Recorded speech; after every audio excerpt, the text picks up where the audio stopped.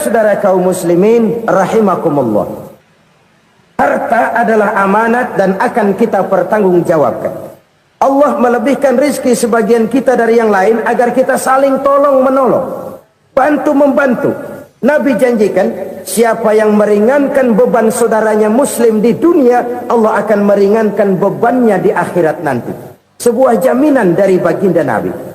Si orang yang kita bantu barangkali tidak bisa membalas, Allah yang akan membalas lewat jalan lain yang tidak pernah kita sangka-sangka. Selalu berusaha menyimpan sesuatu yang bisa membawa manfaat, baik untuk dirinya, untuk anak cucunya, maupun untuk keluarganya, untuk masa kini dan masa depannya. Kadang simpanan itu berbentuk uang, kadang berupa tanah, lain saat berbentuk pabrik, dan lain sebagainya. Sementara masa depan yang paling pasti adalah akhirat.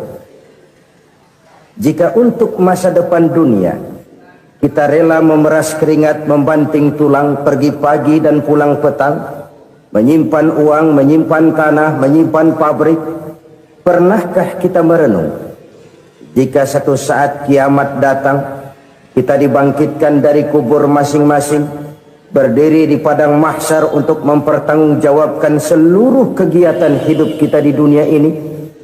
Lalu kita akan menuju ke alam akhirat. Sudahkah kita mempunyai simpanan untuk akhirat kita? Pada pertemuan kali ini saya ingin menyampaikan sebuah hadis di mana Rasulullah sallallahu alaihi wasallam bersabda, arba'un min kanzil jannah. Simpanan sorga ada 4 macam. Yang pertama, ikhfa'us sadaqah, menyembunyikan sedekah. Saudara-saudara kaum muslimin, sebagaimana yang kita maklum bahwa Allah subhanahu wa ta'ala melebihkan sebagian rezeki dari kita terhadap yang lain. Ada yang kaya, ada yang setengah kaya, ada yang miskin, ada yang setengah miskin, dan selanjutnya. Ada yang gajinya kecil tapi penghasilannya gede. Ada yang penghasilannya gede tapi nggak punya gaji. Ada juga yang memang gajinya gede dan penghasilannya gede. Kelebihan rezeki merupakan sunnatullah dan tidak harus membuat kita merasa lebih dari yang lain. Bahkan sebaliknya, kelebihan itu harus membuat kita ringan tangan untuk menolong mereka yang memang memerlukan pertolongan. Kalau saudara diberikan ilmu, maka pertanyaan akhirat cuma satu, ilmumu kau amalkan untuk apa? Kalau saudara diberikan umur yang panjang, pengadilan akhirat juga bertanya satu, umurmu kau habiskan di mana? Tapi kalau saudara diberikan harta, pengadilan akhirat akan bertanya 2, hartamu kau dapat dari mana, kau belanjakan kemana? Dari mananya ditanya, dan kemananya juga ditanya. Oleh karena kita akan dimintakan pertanggungan jawab, maka amanah yang bernama harta ini harus kita gunakan dengan sebaik-baiknya. Ada penggunaan yang merupakan kewajiban, itu zakat namanya. Ada penggunaan yang sewaktu-waktu, itu infak namanya. Ada yang lebih sewaktu-waktu lagi, dan itu sedekah namanya. Zakat dia terikat oleh haul dan nisab, oleh putaran batas waktu dan ukuran dari harta itu sendiri. Sedangkan infak terikat oleh situasi dan kondisi perekonomian seseorang. Sedangkan sedekah tidak terikat dengan apapun. Dalam kondisi seperti apapun kita bisa melakukan sedekah dengan yang terkecil sekalipun. Sampai-sampai Rasulullah sallallahu alaihi wasallam mengajarkan, la tahqiranna minal ma'rufi syai'an walau an talqa akhaka biwajhin talik. Atau ada hadis, tabassumuka fi wajhi akhika laka shadaqah. Senyumanmu kepada temanmu adalah sedekah. Jadi Untuk melakukan sodakoh tidak harus dalam berbentuk uang. Dengan ilmu kita bisa sodakoh, dengan tenaga kita bisa bersodakoh, dengan pikiran kita bisa bersodakoh, bahkan senyum kepada teman itu pun sodakoh. Jadi kalau sodakoh dengan uang memang belum punya uang, nyengir aja banyakin. Itu asal pada tempatnya, jangan lalu ketemu tiang listrik cengengesan. Tentu tidak pada tempatnya dan tidak wajar. Nah, sodakoh yang paling dicintai Allah adalah sodakoh yang disembunyikan. Artinya jauh dari sifat riya. Kan kadang-kadang ada orang sedekah itu disebutkan namanya, apa tidak bagus? Kalau memang niatnya ikhlas, ya bagus-bagus saja. Untuk memberikan sugesti kepada yang lain. Di Fulan bin Fulan nyumbang sekian, diumumkan. Boleh kalau niatnya untuk memberikan rangsangan kepada yang lain supaya dia menyumbang lebih besar dari orang tadi. Tapi kalau itu mendatangkan riya, maka sedekah yang paling dicintai Allah adalah sedekah yang disembunyikan. Tangan kiri saja tidak tahu apa yang diberikan oleh tangan kanan.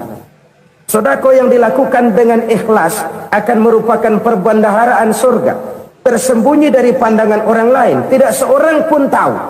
Karena memang sikap yang baik adalah melupakan kebaikan dan mengingat kesalahan. Itu salah satu ciri orang bahagia. Orang yang selalu mengingat kesalahannya dan berusaha melupakan segala kebaikannya. Kalau dia akan berada kebaikan, dia tidak bisa ikut, dia merasa rugi karena dia merasa belum pernah berbuat baik. Tapi kalau akan melakukan kesalahan baru, dia ingat kesalahan yang sudah-sudah, sehingga terhalang baginya untuk melakukan satu kesalahan baru.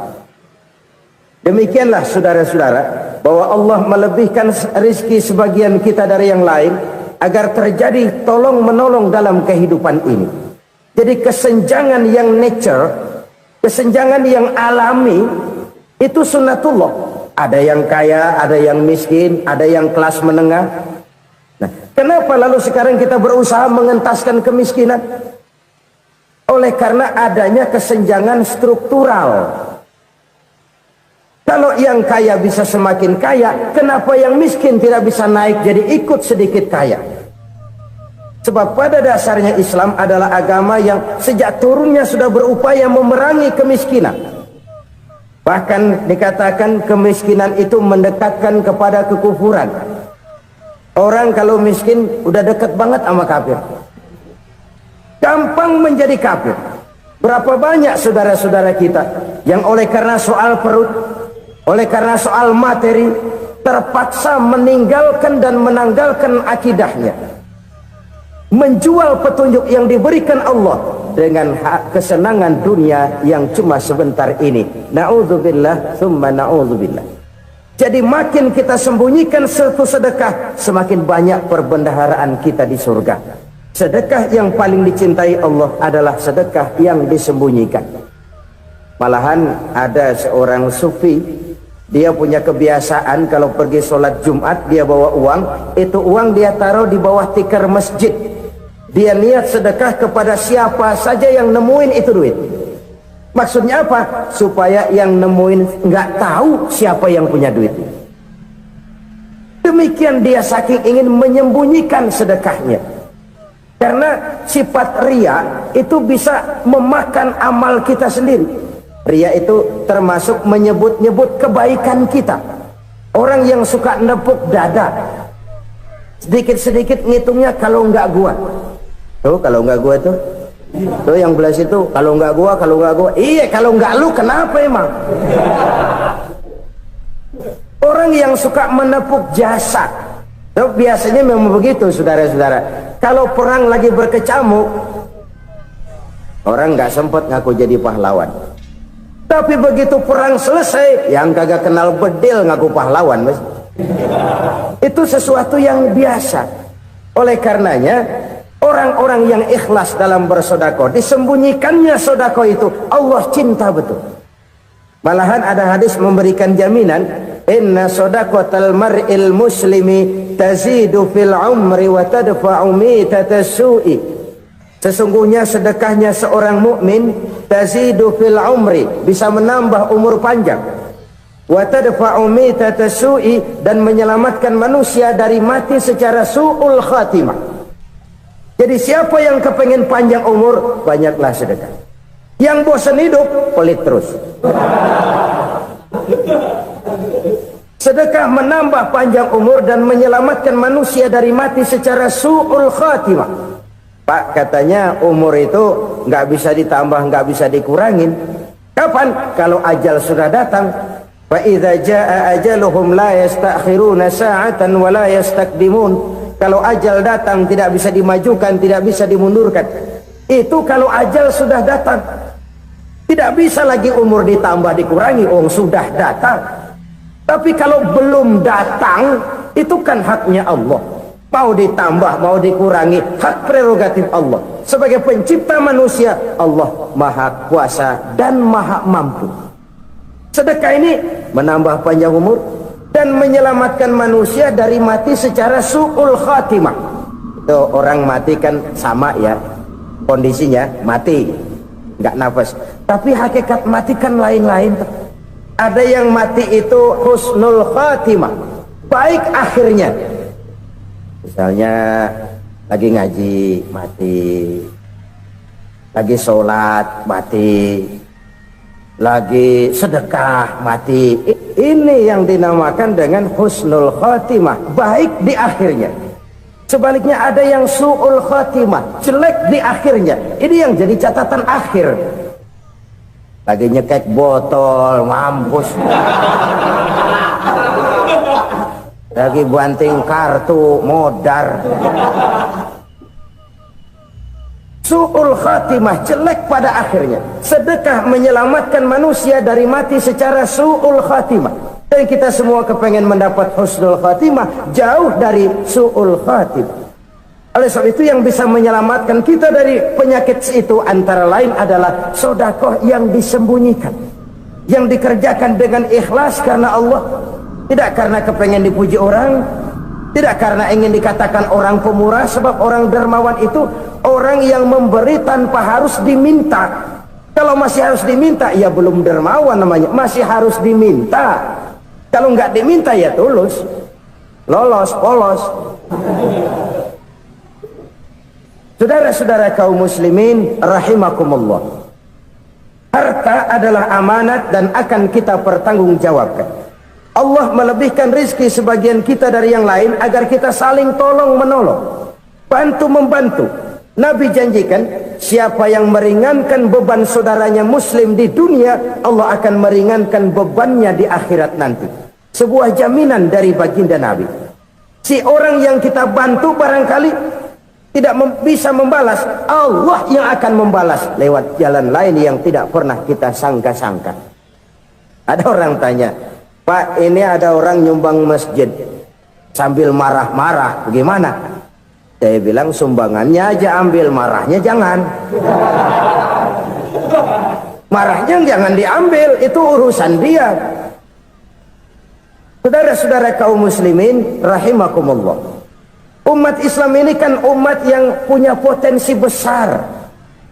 Kadang kita merenung, kenapa kadang-kadang pembangunan masjid kok lambat sekali?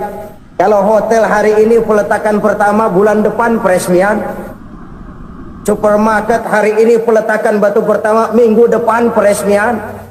Tapi kalau sudah yang namanya masjid, kadang-kadang peletakan batu pertama sekaligus jadi batu terakhir. 3 tahun, 4 tahun, campur nebar jalak di jalanan, duit dijaring kayak ikan sepat. Apa tidak ada orang Islam yang kaya? Banyak. Apa tidak ada pengusaha muslim yang jadi konglomerat? Ada. Lalu yang belum banyak itu yang komit terhadap nilai-nilai agamanya. Akhirnya kita jatuh jadi umat yang lemah. Belum ada pengusaha konglomerat muslim buka pabrik supermi cap bedug misalnya umpamanya, atau pabrik kecap cap sorban, supaya identitas keislamannya sedikit kelihatan. Kita jatuh jadi umat yang lemah karena potensi tidak terinventarisir dengan baik. Kita ini ibarat kompor yang cuma matengin nasi orang lain. Potensi kita dimanfaatkan oleh orang lain. Ukhuwah Islamiyah kita baru terbatas kepada silaturahmi. Ukhuwah di bidang ekonomi kita lemah, ukhuwah di bidang kebudayaan kita lemah, apalagi ukhuwah di bidang politik kita lebih rapuh lagi. Padahal ukhuwah itu adalah totalitas kehidupan manusia, menyangkut ipolek sosbud, memerlukan nilai-nilai ukhuwah. Jadi oleh karena itu mari kita menyadari di dalam harta kita, walaupun kita yang cari pergi pagi pulang sore peras keringat banting tulang, di sana ada harta anak yatim, di sana ada hak masjid, di sana ada hak pesantren, di sana ada hak jihad. Berbahagialah seseorang apabila dia oleh Allah dijadikan keran. Keran itu menyimpan air, tapi tidak untuk dirinya, tapi disalurkannya kepada mereka yang memang memerlukannya. Saudara-saudara kaum muslimin rahimakumullah, ini yang pertama. Jadi perbendaharaan surga adalah menyembunyikan sedekah. Orang lain nggak tahu, kita pun nggak pernah ngitung-ngitung. Kita anggap lewat begitu saja, padahal itu deposit akhirat. Satu. Yang kedua, perbendaharaan surga itu apa? Wa kitmanul musibah, menyembunyikan kesulitan. Kadang orang takut menghadapi kesulitan, tapi makin kita merenung, hidup ini kan sebenarnya urusan. Takut sama urusan ya jangan hidup. Tandanya orang hidup itu kalau punya urusan. Urusan melupakan problem, problem sering menimbulkan kesulitan. Kesulitan bukan untuk ditakuti, tapi untuk diatasi dan dicarikan jalan keluarnya. Siapa sih orangnya yang nggak pernah sulit-sulit?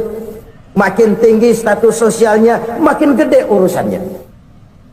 Makin tinggi kualitas imannya, makin berat tingkat kesulitannya. Cuma memang yang namanya enak itu seperti pelangi.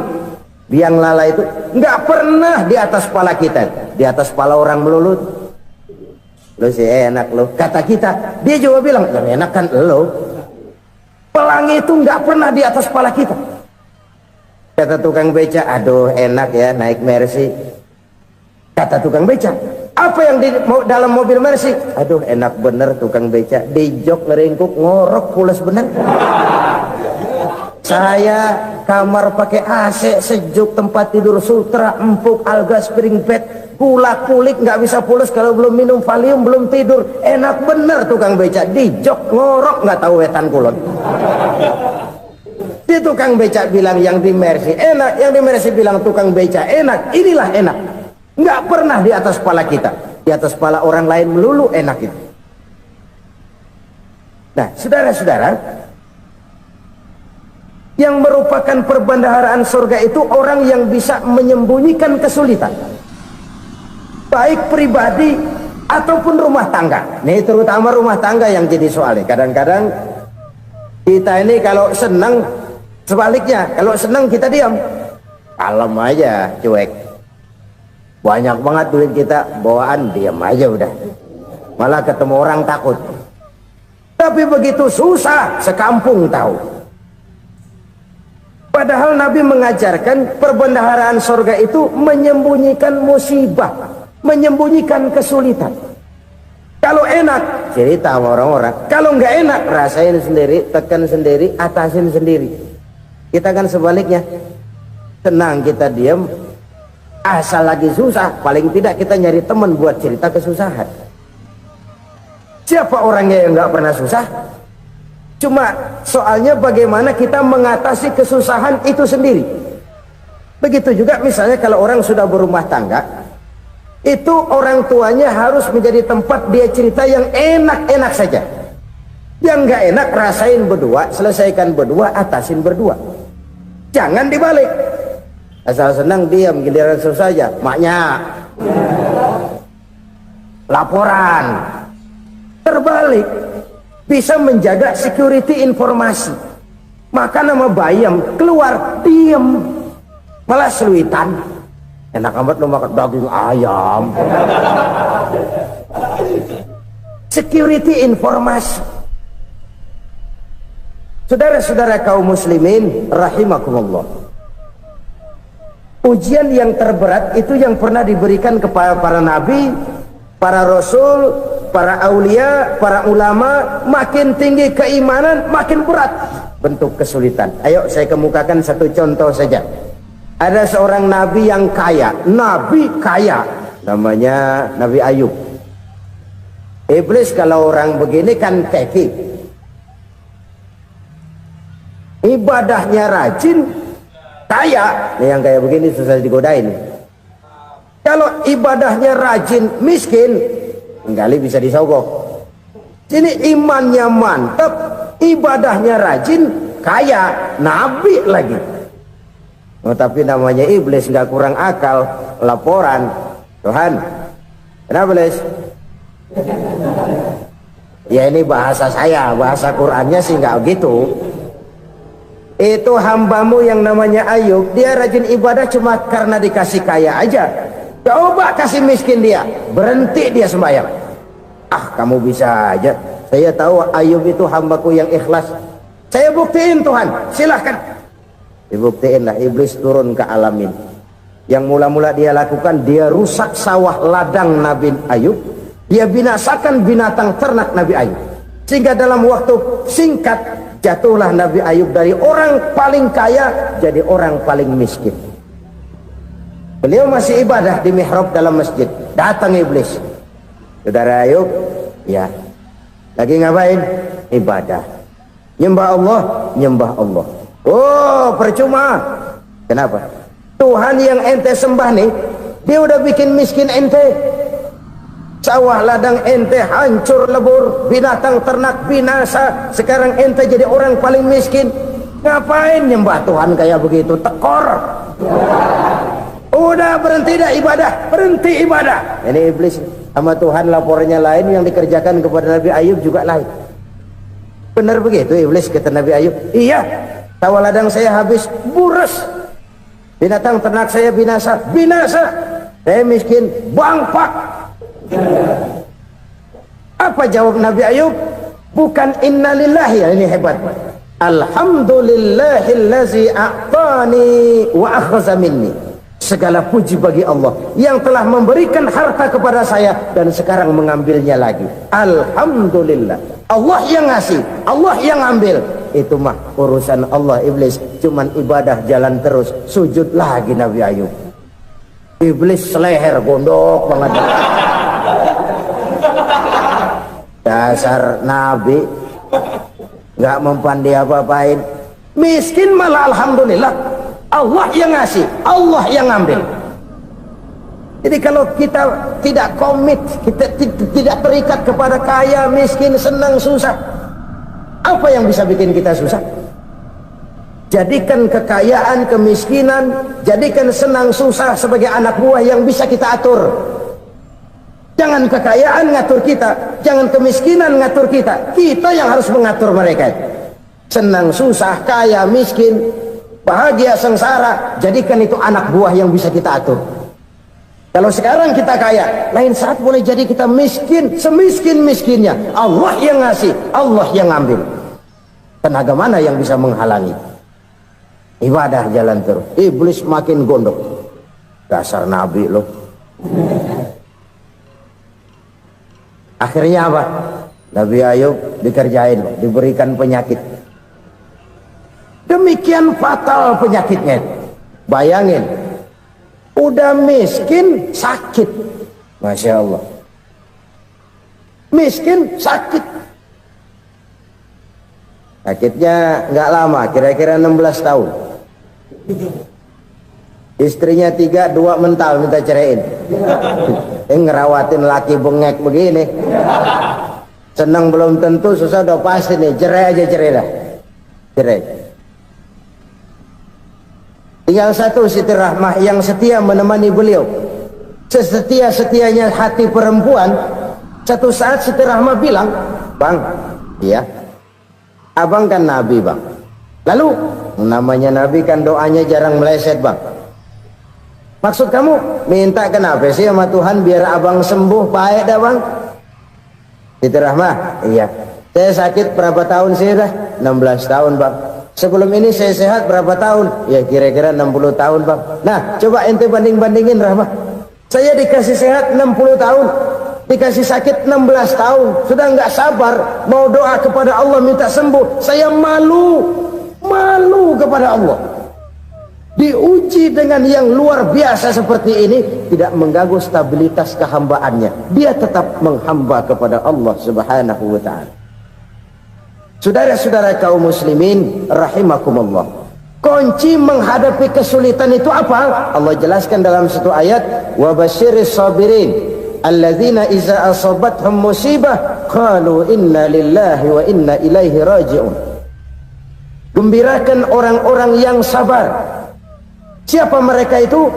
Yang apabila mendapat musibah mereka kembali kepada keyakinan dasar, segalanya dari Allah dan segalanya akan kembali kepada Allah. Ini konsepsi dasar dari sikap muslim dalam menghadapi berbagai kesulitan. Segalanya dari Allah, segalanya akan kembali kepada Allah. Kalau ini sudah kondisi dasarnya, maka kita akan lapang menghadapi kenyataan bagaimanapun pahitnya. Apakah itu namanya miskin, apakah itu namanya sakit, bahkan maut sekalipun, segalanya dari Allah, segalanya akan kembali kepada Allah. Ini sikap hidup, bukan sekedar ucapan. Kita kadang-kadang menjadikannya sebagai ucapan, mulutnya sehingga berhenti, innalillahi wa inna ilaihi raji'un, tapi nangisnya terus gerung-gerungan. Bukan itu, ini kesadaran moral. Kalau segalanya dari Allah, segalanya kembali kepada Allah, kan sebenarnya cuma nunggu giliran. Hari ini saya nyembayangin dia, entah hari apa saya disembayangin orang. Hari ini saya antar dia ke kubur, entah hari apa orang nganterin saya ke kubur. Hari ini saya tahlilkan dia, entah nanti kapan orang tahlilkan saya. Segalanya dari Allah, segalanya akan kembali juga kepada Allah. Oleh sebab itu saudara-saudara, kesulitan bukan untuk ditakuti. Kesulitan justru untuk diatasi, dicarikan jalan keluarnya. Dan tidak ada orang yang tidak pernah mendapat kesulitan. Tidak ada. Semakin tinggi status sosial, semakin tinggi kualitas keimanan, semakin besar juga tingkat kesulitan. Hanya saja bagaimana cara kita mengatasinya. Dan Al-Quran menyatakan, inna ma'al usri yusra. Di balik kesulitan itu pasti ada kemudahan. Roda itu berputar. Karena itu Rasulullah sallallahu alaihi wasallam mengingatkan kepada kita, ta'arraf ilallahi fir raha ya'rifka fis syiddah. Ingatlah kepada Allah di waktu kamu senang, supaya Allah ingat kepada kamu di waktu kamu susah. Kalau waktu senang kita ingat kepada Allah, kita susah, Allah tidak akan meninggalkan kita. Tapi kalau waktu senang kita jauh dari Allah, sujud tidak sempat, dengan masjid jauh, ketika senang kita lupakan Allah. Nanti begitu kita susah, Allah lupakan kita, dan itu menyakitkan. Oleh karena itu orang-orang tua kita dulu bilang, kalau lagi sehat ingat-ingat lu bakal sakit nanti. Kalau lagi kaya ingat-ingat satu saat kita bakal jatuh miskin. Bahkan kalau lagi muda ingat-ingat kita bakal tua. Dan yang terpenting, kalau lagi hidup ingat-ingat kita bakal mati. Saudara-saudara kaum muslimin rahimakumullah. Jadi yang kedua yang merupakan perbendaharaan surga, menyembunyikan musibah. Saudara-saudara kaum muslimin rahimakumullah. Hal ketiga yang merupakan perbendaharaan surga adalah wasilatur rahmi. Orang yang suka bersilaturahmi. Sebagaimana yang kita maklum bahwa manusia adalah makhluk yang disebut zon politika, makhluk sosial yang tidak mungkin hidup sendiri-sendiri. Betapa dan siapapun kita memerlukan orang lain.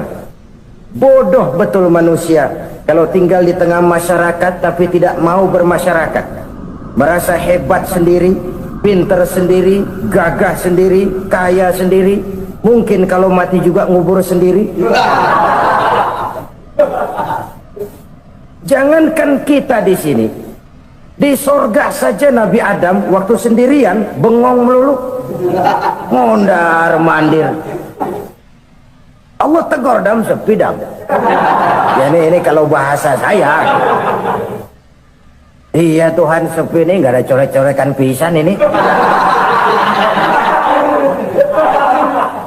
Diciptakan Siti Hawa baru anteng Nabi Adam. Itu di sorga. Cobalah. Umpamanya saudara tinggal di Jakarta nih. Kayak bener. Apaan aja di Jakarta punya saudara dah. Jembatan Semanggi ambil.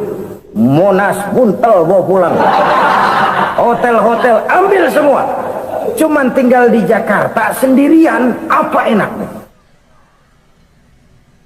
Betapa dan siapapun kita perlu orang lain. Tidak ada seorang pun yang bisa memenuhi kebutuhan hidupnya secara sendiri-sendiri. Nah, Islam telah menyelamatkan manusia dari ras diskriminasi, mengikat manusia dengan persaudaraan yang berlandaskan kepada akidah. Karena itu dianjurkan bersilaturahmi. Bahkan Nabi menyatakan, man arada ayyubsata lahu fi rizqihi wa yunsa'a fi atharihi falyasil rahimah. Siapa yang kepengen diluaskan rezekinya dan dipanjangkan usianya, banyaklah ia bersilaturahmi. Siapa yang kepengen dimudahkan rezekinya, hendaknya ia banyak bersilaturahmi. Kalau banyak teman, kesulitan kan paling tidak ada tempat cerita. Udah susah, sendirian kita pikirin diri, nggak ada tempat tukar pikiran. Cepet banget sama bengek. Dilawan sendiri. Nah, secara makro kita bisa berkata, tidak mungkin ada kemenangan kalau tidak ada kekuatan. Tidak ada kekuatan kalau tidak ada kesatuan dan persatuan. Tidak mungkin ada kesatuan dan persatuan tanpa semangat silaturahmi. Kalau umat Islam mau menang, dia harus kuat. Kalau umat Islam mau kuat, dia harus bersatu. Kalau umat Islam mau bersatu, dia harus membudayakan silaturahmi ini. Bahkan sampai-sampai kata Nabi, kalau bisa cari nilai tambah. Apa? Silman qata'ak. Bersilaturahmilah kau kepada orang yang marah denganmu. Masya Allah, indahnya ajaran agama kita. Orang yang marah pun kepada kita, kata Nabi, kalau bisa bersilaturahmilah kepadanya, kepada orang yang marah itu. Di situ nilai tambah. Cuman jujur nih hadis, ngucapinnya gampang, ngamalinnya yang berat banget. Orang marah sama kita disuruh silaturahmi, ada apa malu? Lu marah, ada gua marahan lagi, kan gua pikirin. Saudara-saudara kaum muslimin rahimakumullah. Tapi ini yang diajarkan, bahkan ini yang dicontohkan oleh baginda Rasul. Bagaimana begitu mudah, misalnya satu saat Abu Jahal ini ngatur strategi bagaimana bikin Muhammad celaka. Dia gali lubang di depan tempat tidurnya. Dia tutupin daun korma. Terus dia panggil seseorang, ke sini. Kasih tahu Muhammad, pamannya sakit keras, minta ditengokin. Berangkat orang ini ke sana. Muhammad, labbaik. Pamanmu sakit keras, dia minta ditengokin. Baik, saya akan datang menjenguk beliau. Berangkatlah Nabi ke rumah Abu Jahal tanpa prasangka apapun. Abu Jahal udah pasang setil, selimut 3 rangkap setengah dia pakai, persis kayak orang meriang. Tapi sembari ngintip dari balik selimut, begitu Muhammad buka pintu, nah masuk perangkap nih. Muhammad jalan menuju tempat pembaringan. Makin lama makin dekat, makin lama makin dekat, makin dekat ke lubang yang dipasang oleh Abu Jahal itu. Dalam hati Abu Jahal, terus dah jatuh, mampus dah lo ini. Mampus lo hari ini nih. Apa yang terjadi?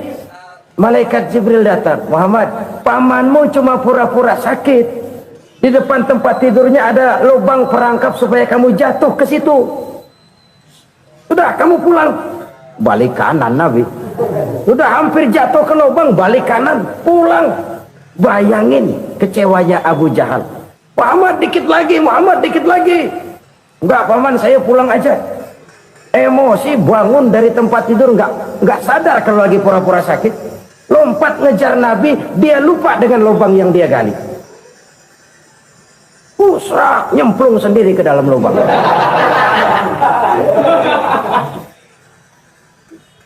Nabi terus berlalu. Ini terjadi keanehan. Jatuh ke lubang yang dia gali itu sebenarnya nggak terlalu dalam ya, antara 3-4 meteran lah. Tolong saya jatuh ke lubang ini. Datanglah pelayan-pelayannya itu. Angkat saya dari sini. Oh, yang ngulurin tambang. 1 gulung, belum juga nyampe itu tambah. Kurang beli lagi ke warung.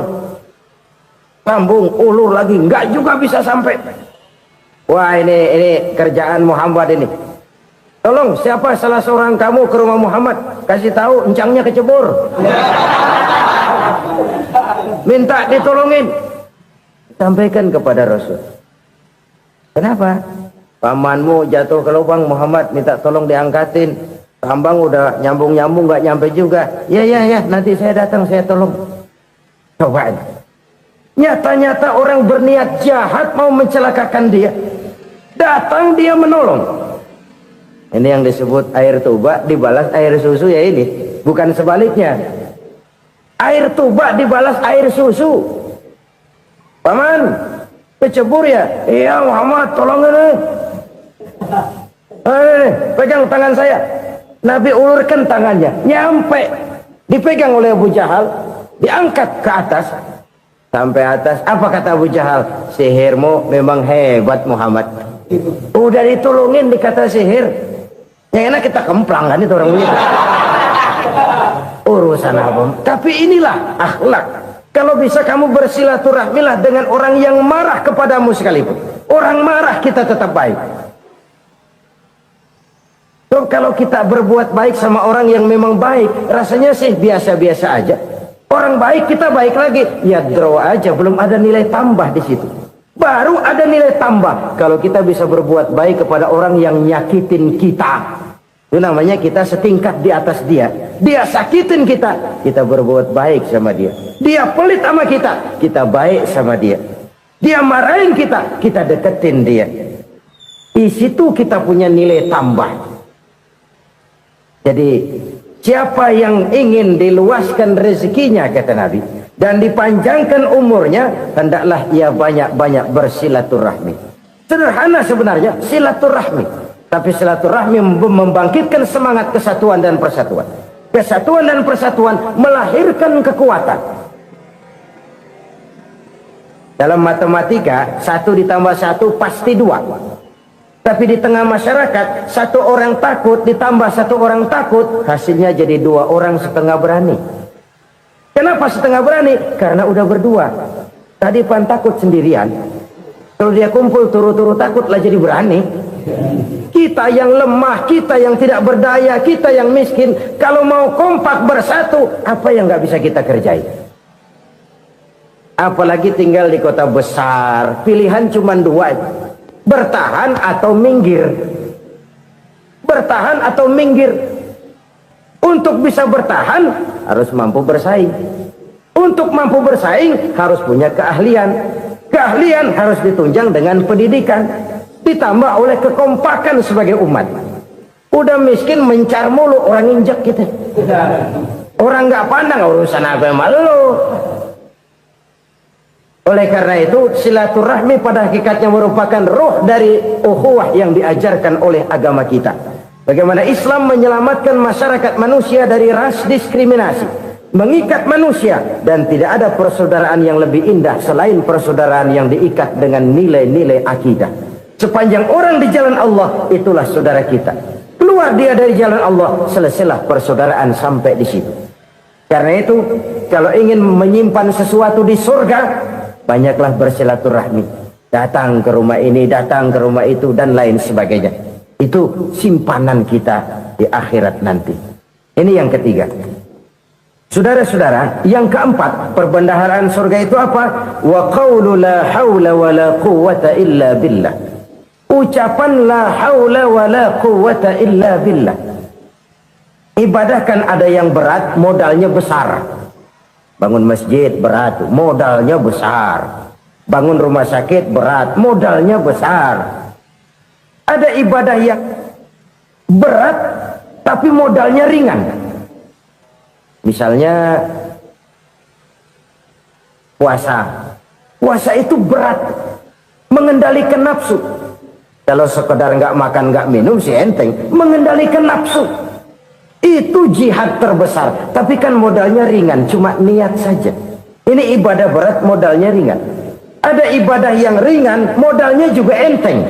Seperti termasuk ucapan la haula wa la quwwata illa billah. tanpa sadar. La haula wala quwata illa billah. Nyelengin tuh di surga. Nyelengin, kita nggak terasa. Nyelengin simpenan akhirat. La haula wala quwata illa billah. Nyimpan lagi. Kaget. La haula wala quwata illa billah. Nyimpan lagi. Banyak simpenan. Walaupun sebenarnya yang dimaksud di sini adalah kesadaran batin. Bahwa tidak ada daya dan kekuatan kecuali Allah. Itu intinya. Kita memulai pekerjaan disunahkan baca bismillah, kan begitu? Apa itu? Kesadaran moral bahwa ini saya bisa kerjakan. Saya kerjakan ini dengan menyebut nama Allah. Kenapa? Kalau Allah tidak memberikan daya dan kekuatan, mana mampu saya kerjakan ini. Maka saya kerjakan ini dengan menyebut nama Allah. Bismillah. Kesadaran moral. Manusia hanya wajib berusaha, tapi nggak pernah wajib berhasil. Banyak hal-hal yang kalau kita renungkan secara rasio nggak mungkin, tapi jadi kenyataan. La haula wala quwata illa billah. Tidak ada daya dan kekuatan kecuali bagi Allah semata-mata. Kesadaran moral akan kelemahan dan keterbatasan makhluk bernama manusia. Kadang kita kagum dengan otak, tapi kita sering lupa sama yang bikin otak. Padahal bagaimanapun hebatnya otak, yang bikin otak pasti lebih hebat dari otak. Nggak percaya, silahkan otak-otakan. Inilah kecenderungan. Kita kagum dengan pesawat-pesawat mutakhir, bukan main besi gede banget terbang itu. Alangkah hebatnya. Lalu apa yang bikin otak tidak lebih hebat dari itu semua? Kita puji laut, apa yang bikin laut tidak lebih hebat dari laut itu? La haula wala quwata illa billah. Tidak ada daya dan kekuatan kecuali Allah. Apa yang bisa kita lakukan kalau tidak karena daya dan kemampuan yang diberikan oleh Allah kepada kita? Lahirlah sikap tawadu, rendah hati, tidak melonjak menjadi angkuh dan sombong, sadar akan kelemahan dan keterbatasan diri. Sebagai makhluk yang diciptakan oleh Allah Subhanahu wa ta'ala. Jadi satu sisi ini ucapan yang berpahala, la haula, jadi wiridan. Pada sisi lain ini kesadaran moral, sikap mental, kesadaran batin bahwa yang punya daya dan kekuatan itu cuma Allah. Kita nggak pantas untuk sombong, sebab sombong itu pakaiannya Allah. Kita nggak sedang pakai pakaian Allah, kegedean. Dan makin kita renungi, makin terbentur. Apa sih yang bisa kita sombongin? Kita mau sombong apa? Kaya? Pintar? Itu kan semua relatif. Di atas langit masih ada langit lagi. Jadi oleh karenanya, marilah kita menyadari. Manusia hanya wajib berusaha, tapi tidak pernah wajib berhasil. Yang berusaha saja tidak wajib berhasil, apalagi yang tidak berusaha. Islam bukan agama orang pemalas yang selesai sholat lalu enggelohom, enggelenggem ayem-ayem. Tapi Islam bukan agama orang sombong yang setelah berusaha lalu tidak memerlukan Allah. Kita bisa saja bikin proyeksi, tahun sekian kita bakal panen besar menurut perhitungan otak. Tapi ada kejadian lain. Apa? Tikus ngambek. Habis itu dimakanin tikus, panen gagal. Proyeksi rasional gagal oleh tikus-tikus yang ngambek itu. Bisa saja terjadi. Tahun depan kita panen besar, urung. Kenapa? Musim panas panjang. Dan sekarang ini koran-koran bikin berita musim mengalami penyelewengan. Bukan cuma manusia yang nyeleweng sekarang. Musim pakai nyeleweng. Mestinya kan musim hujan udah selesai, masih hujan-hujan juga. Musim. Nah sekarang kita boleh bikin proyeksi, kita bakal panen besar. Tahu-tahu musim panas panjang, sawah retak, air kering. Cari teknokrat yang paling botak, suruh pendekin tuh musim panas. La haula wala quwata illa billah. Inilah kesadaran moral. Saudara, saya teringat satu saat ada seorang konglomerat. Umurnya ya kira-kira 70-an. Satu saat dia ditanya oleh wartawan, "Pak, umur Bapak berapa sih?" "Ya paling 10 tahun." 10 tahun. 10 tahun. Anak bapak berapa orang? Satu saja. Satu. Harta bapak berapa? Ya paling-paling bangsa 7 juta kali. 7 juta? Iya. Pak, kenapa bapak bohongi saya? Bapak punya buku biografi. Koran-koran, majalah-majalah banyak memuat cerita riwayat hidup bapak. Saya tahu umur bapak 70. Kenapa bilang cuma 7 tahun? Saya tahu anak bapak 8. Kenapa cuma bilang 1? Saya tahu harta bapak miliaran, mungkin triliunan. Pabrik di mana-mana, bank di mana-mana. Kenapa bilang uang bapak cuma 7 juta? Nah, kata si konglomerat tadi, kamu benar nak, kamu benar. Umur saya kalau jumlahnya memang 70 nak. Cuman ingat-ingat saya, baru 7 tahun terakhir ini saya sujud. Baru 7 tahun terakhir ini saya berusaha dekat dengan Allah. Saya laksanakan perintahnya, saya jauhi larangannya.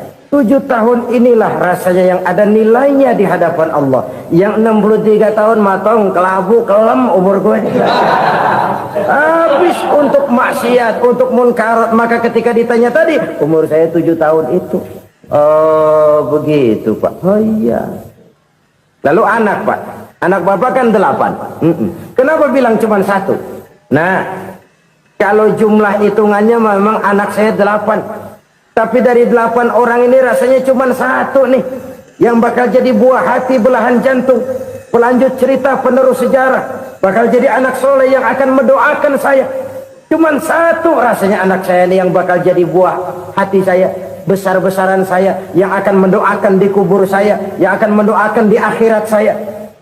Yang 7 orang mana? Masya Allah, yang atu tenggeng, yang atu nyekek botol mulu, yang atu nggak karu-karuan. Makanya saya bilang 1 anak saya yang akan bisa mendoakan saya. Oh begitu Pak. Iya. Nah harta Pak, harta bapak kan triliunan. Pabrik bapak di mana-mana. Uang bapak hampir di tiap bank-bank besar. Kenapa bilang cuma 7 juta? Betul kau nak. Harta saya kalau jumlahnya memang miliaran, triliunan mungkin. Tapi yang saya ingat baru 7 juta tuh yang saya belanjakan di jalan Allah.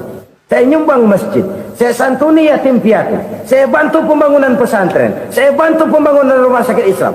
Itu yang akan saya bawa pulang ke akhirat, yang 7 juta itu. Yang triliunan itu nanti akan diperebutkan oleh anak-anak saya sebagai waris saya. Jadi harta saya 7 juta itu yang bakal nemenin saya di akhirat. Yang akan saya bawa pulang jadi teman saya. Saudara-saudara kaum muslimin, jangan-jangan orang tua itu adalah kita-kita ini. Jangan-jangan kita-kita ini adalah orang tua itu.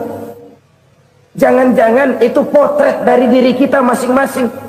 Dari sekian umur yang diberikan Allah, berapa tahun yang ada nilainya di hadapan Allah? Dari sekian anak-anak yang merupakan amanah, berapa yang akan mendoakan kita sebagai orang tuanya menjadi anak soleh? Dari sekian banyak harta yang diberikan Allah, berapa yang akan kita bawa pulang menghadapnya nanti, yang kita belanjakan di jalan Allah?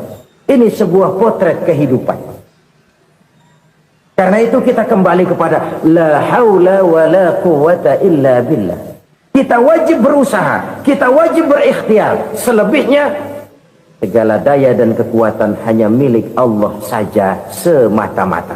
Satu kesadaran batin dari setiap pribadi muslim. Setelah ia berusaha dan berikhtiar, ia menyerahkannya kepada Allah Subhanahu wa ta'ala. Jadi, satu sisi ini merupakan wiridan ucapan yang mengandung pahala. Pada sisi lain, ini merupakan sikap batin dari seorang muslim di dalam ia menghadapi realitas kehidupan ini. Saudara-saudara kaum muslimin rahimakumullah.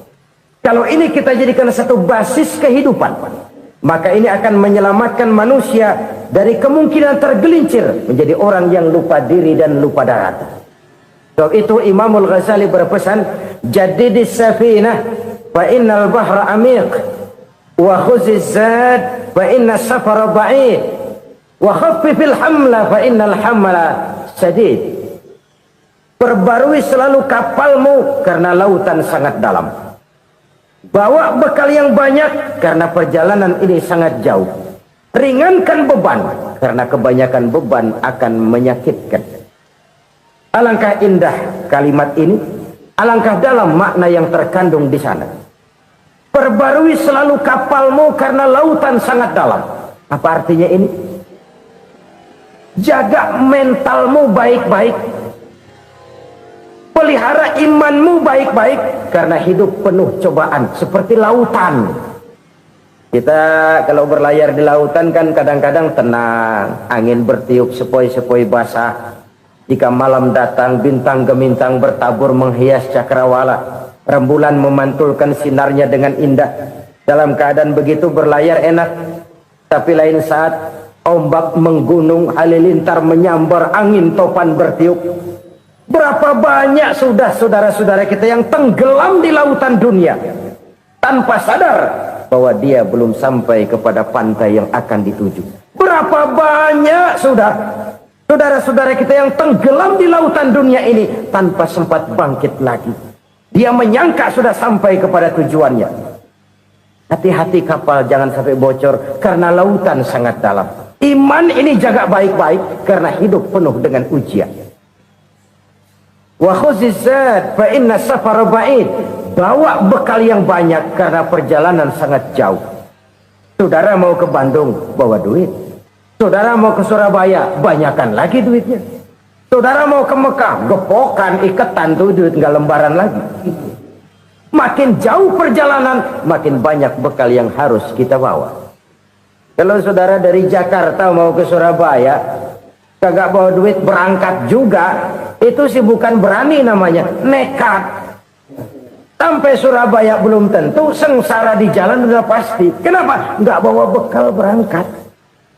Sama juga kita nih, misalnya belum sempat sembahyang, mati. Waduh, berani banget orang. Belum punya bekal, mati. Sengsara di jalan. Atau bekal tidak cukup. Dari Jakarta saudara mau ke Surabaya, bawa duit 500 perak. Paling jauh Cikampek nyampenya itu. Paling jauh itu. Antara jauhnya perjalanan dengan bekal yang saudara bawa tidak seimbang. Hidup ini perjalanan panjang, a walking tour. Dimulai dari alam arwah, sebelum jasad diciptakan, roh diciptakan lebih dulu. Dari situ pindah ke alam rahim, dari alam rahim pindah ke alam dunia, dari alam dunia pindah ke alam barzah, baru menuju akhirat. Satu perjalanan panjang. Kalau bekal tidak bawa, sengsara di jalan. Bawa bekal yang banyak karena perjalanan ini sangat jauh. Wa khaffifil hamla, ringankan beban karena beban itu cuma akan menyulitkan. Kalau bekal itu sih keperluan, tapi beban nggak kita perluin, coba ngeberat-beratin. Apa ini beban? Dosa, kecurangan, kebatilan, kezoliman, ketidakadilan, kesewenang-wenangan. Itu akan jadi beban kita di akhirat.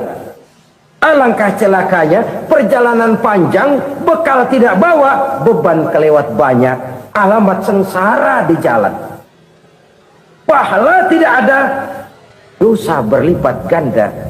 Na'udzubillah, summa na'udzubillah.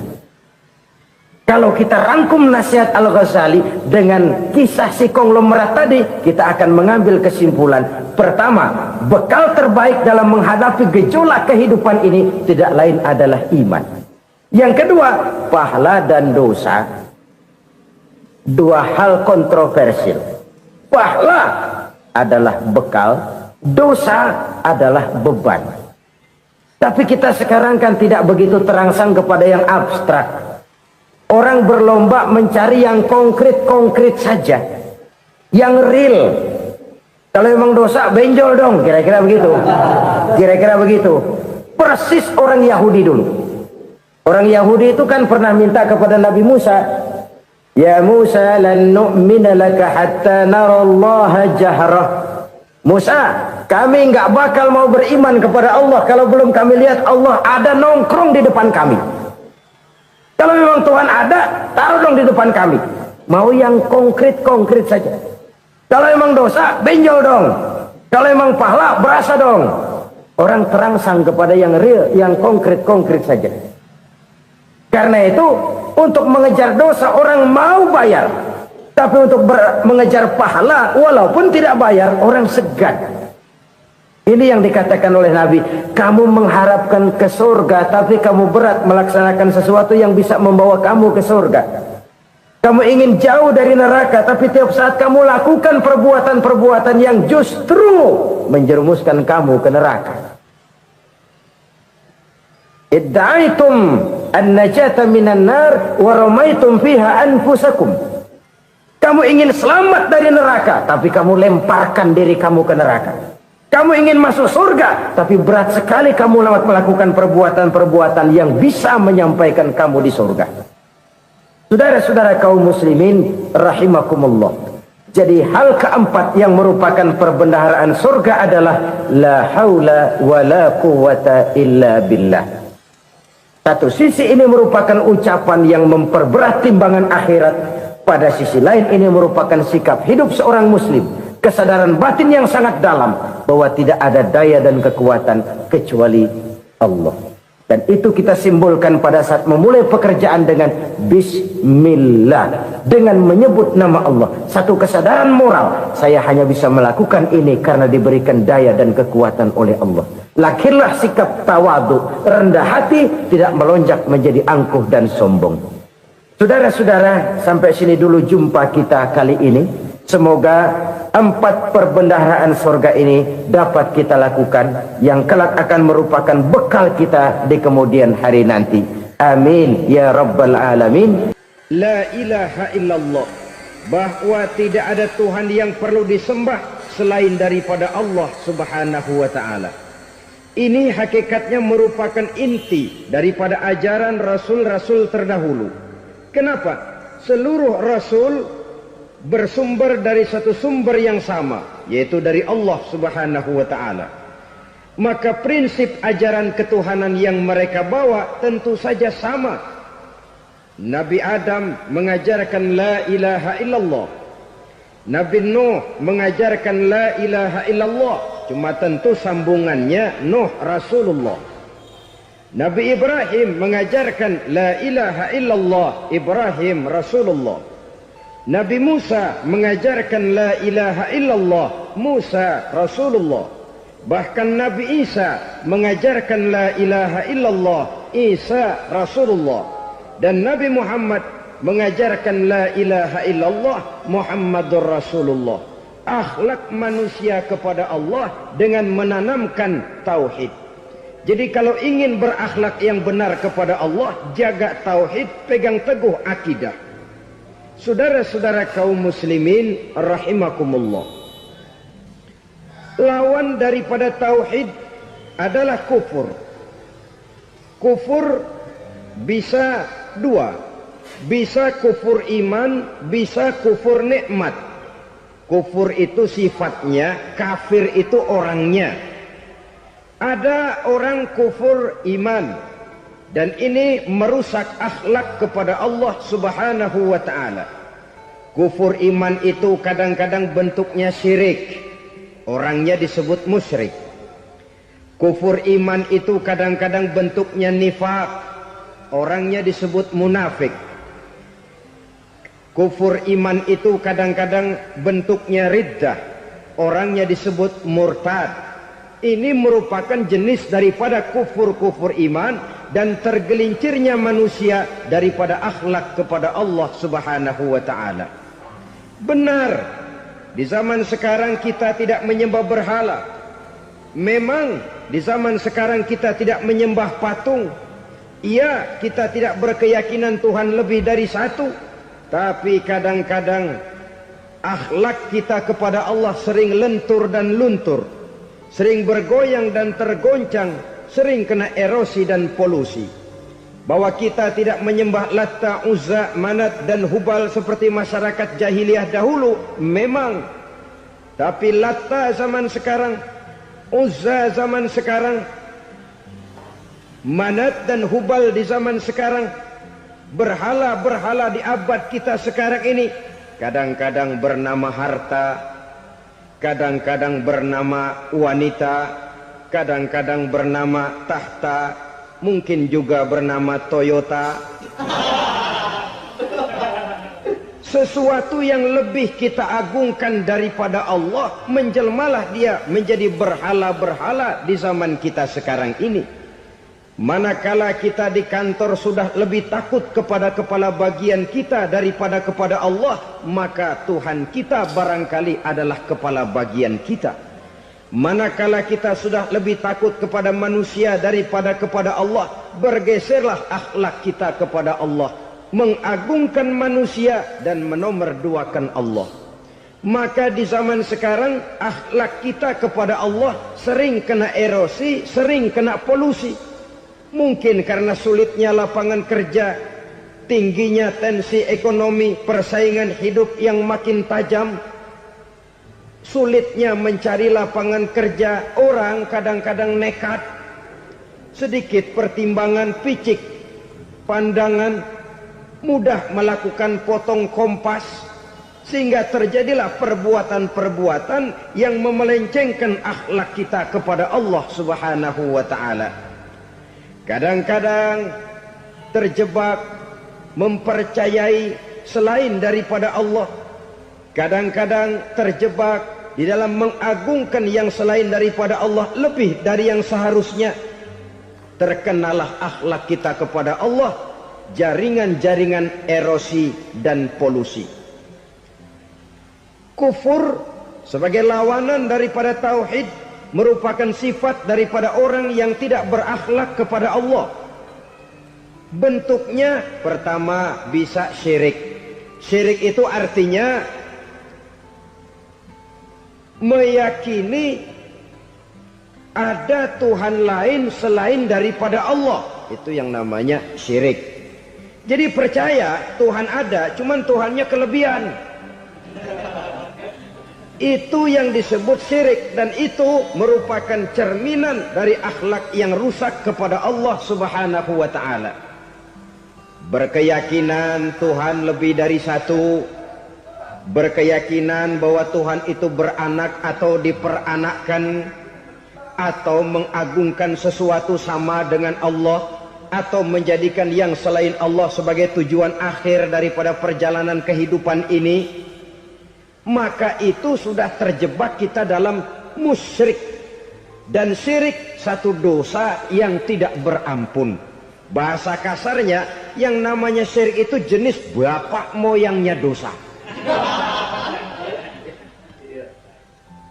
Saudara-saudara, sebab itu saya pesan, kalau memang terpaksa, biasanya yang tinggal di kota-kota besar itu kalau tidak kepengen dosa kan susah.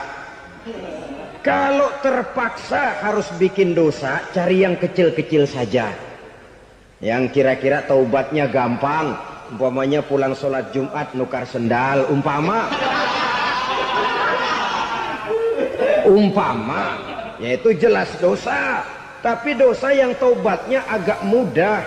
Jangan sampai terjebak ke dalam syirik, menyekutukan Allah. Kalau sudah menyekutukan Allah, Allah dimadu, murka benar Allah kepada kita. Innallaha la yaghfiru ayyushraka bih wa yaghfiru ma duna dzalika liman yasha. Allah tidak akan memberi ampun kepada orang yang menyekutukannya dengan sesuatu, tapi Allah mau mengampunkan dosa yang selain itu bagi orang yang dikehendakinya. Jadi orang-orang yang sudah terjebak syirik, menyekutukan Allah, meyakini ada Tuhan lain selain daripada Allah, meyakini Tuhan beranak atau diperanakkan, bagaimanapun baiknya mereka di dunia, bagaimanapun sosial jiwanya, bagaimanapun pemurah tangannya memberikan santunan dan pertolongan kepada orang lain, kalau sudah syirik, seluruh nilai kebaikannya akan tidak ada gunanya lagi, karena tidak ada tempat nilai kebaikan itu bergantung. Sedangkan kita berbuat baik agar diterima oleh Allah. Kalau Allahnya marah kepada kita, siapa yang akan menerima nilai kebaikan itu sendiri? Ini bentuk yang pertama. Yang nyata-nyata menyembah berhala, syirik. Yang nyata-nyata beriktikad Tuhan lebih dari satu, syirik. Atau yang tersamar. Yang tersamar itu yang sering jadi penyakit kita. Saya sejak ada perkutut ini di rumah, perkutut. Saudara-saudara, yang merusak akhlak kepada Allah, yang merusak tauhid setelah syirik, bisa juga berbentuk nifak. Nifak itu sifatnya, orang yang punya sifat nifak disebut munafik. Asal katanya dari nafakun. Nafakun itu satu lubang yang punya dua muka, seperti goa, ada tempat masuk, ada tempat keluar. Maka munafik orang yang punya dua muka. Kalau bahasa kita, pandai bermain minyak di atas air. Manis jika berhadapan, balik belakang lain bicara. Sehingga apa yang dinamakan nifak, kata Imam Ali Al-Jurjani dalam kitab ta'rifatnya, izharul imanu bil lisan wa kitmanul kufri bil qalbi. Menyatakan, menampakkan iman dengan lidahnya, tapi menyembunyikan kekafiran dalam hatinya. Dengan kata lain, lidahnya mah iman, hatinya mah kafir. Padahal hati itu yang dilihat, padahal hati itu yang dinilai. Kenapa lidahnya mengaku iman? Ya mungkin karena kepepet, mungkin karena kepentingan, mungkin karena ingin mencari kelemahan orang, lalu dia pura-pura beriman. Tapi sesungguhnya hatinya kufur. Ini merupakan penyakit munafik. Dan terus terang, menghadapi orang munafik jauh lebih berat daripada menghadapi orang kafir. Kenapa? Munafik ini kan musuh dalam selimut. Mau dibilang musuh nyata-nyata, apalagi di zaman Rasul ya, ketika periode Madinah, berat sekali menghadapi orang munafik. Mau dibilang kafir, kalau ketemu assalamualaikumnya medok juga. Mau dibilang mukmin, di belakang ngegerundel, nyari-nyari penyakit, nyari-nyari lantaran, mencari-cari gara-gara. Kalau kafir jelas kafirnya, kalau musyrik jelas musyriknya. Tapi munafik, di depan kita dia mengaku beriman, di belakang kita dia caci maki kita. Maka demikian rupa watak orang munafik, Allah benci betul. Sampai dalam Quran orang munafik itu divonis innal munafikin fid darkil asfal minan nar. Orang-orang munafik di dasar jurang neraka yang paling bawah, keraknya neraka.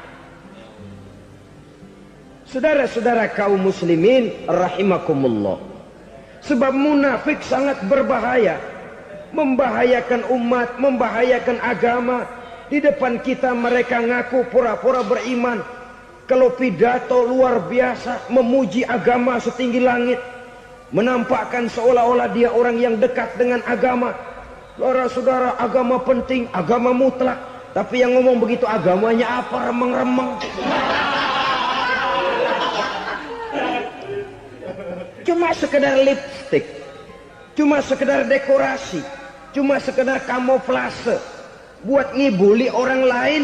Dia mengaku beragama, mengatakan agama mutlak, menganggap agama penting, seolah-olah memperhatikan benar tentang tatanan kehidupan beragama, tapi sebenarnya di hatinya tidak lebih berkecamuk penyakit-penyakit kufur. Maka sifat munafik ini termasuk menodai tauhid, artinya merusak akhlak kita kepada Allah Subhanahu wa ta'ala. Sifat yang ketiga yang juga merusak akhlak kita kepada Allah dinamakan riddah. Riddah itu sifatnya, orang yang punya sifat riddah disebut murtad. Murtad keluar dari Islam. Keluar dari Islam tentu tadinya di dalam Islam. Oleh satu perbuatan dia bisa menjadi murtad. Misalnya tadinya dia iman benar kepada Allah, tapi melarat. Kadang-kadang sehari masak, 3 hari libur. Akhirnya oleh kesulitan ekonomi dia tidak kuat. Ada yang menawarkan kebaikan, dibawain supermi, dibawain obat-obatan, diberikan beras. Goyah imannya. Keluar dia dari Islam, ikut agama orang yang memberikan pertolongan kepadanya, memilih kesenangan sebentar dengan mengorbankan kebahagiaan yang kekal. maka orang semacam itu riddah sifatnya, murtad orangnya, keluar dari Islam. Dan yang menyebabkan kita murtad bukan cuma orang nyata-nyata memproklamirkan diri keluar dari Islam tapi lalu mengikuti agama orang lain, bukan cuma itu. Mengakui ada Rasul lagi sesudah Nabi Muhammad bisa menyebabkan kita murtad. Mengingkari nikmat Allah bisa menyebabkan kita murtad. Meyakini semua agama benar bisa menyebabkan orang menjadi murtad. Meragukan kesempurnaan dan kelengkapan Al-Quran bisa menyebabkan orang jadi murtad. Mengingkari sunnah bisa menyebabkan orang menjadi murtad. Banyak hal-hal yang bisa mendatangkan penyakit riddah dan membuat pelakunya menjadi murtad. Dan ini menodai akhlak kita kepada Allah Subhanahu wa ta'ala. Itu tadi kufur iman, saudara-saudara. Nyata-nyata mengingkari Allah, baik dalam bentuk syirik, nifak, ataupun riddah. Kufur yang kedua dinamakan kufur nikmat. Apa itu kufur nikmat? Sitru nikmatil mun'im au ya'malu fi mukhalafatil mun'im. Menutup-nutup nikmat Allah atau melakukan perbuatan yang menentang, bertentangan dengan kehendak yang memberikan nikmat. Jadi kufur nikmat pertama, nutup-nutupin Tuhan. Tuhan jalingin. Duit lu banyak amat, dari mana? Gua kerja. Lalu kerjanya nomor satu. Orang yang berakhlak kepada Allah, dia akan menjawab, kamu uangnya kok banyak, dari mana? Rizki dari Allah. Caranya, saya kerja. Kerja itu cara, rizki itu dari Allah datangnya. Bukankah di zaman sekarang kita sering terpleset? Ini merupakan cerminan dari rapuhnya akhlak kita kepada Allah Subhanahu wa ta'ala. Karena usaha saya memang, karena saya peras keringat banting tulang, tentu. Tapi sadarkah kita bahwa sepanjang yang bisa kita lakukan cuma berusaha, peras keringat banting tulang?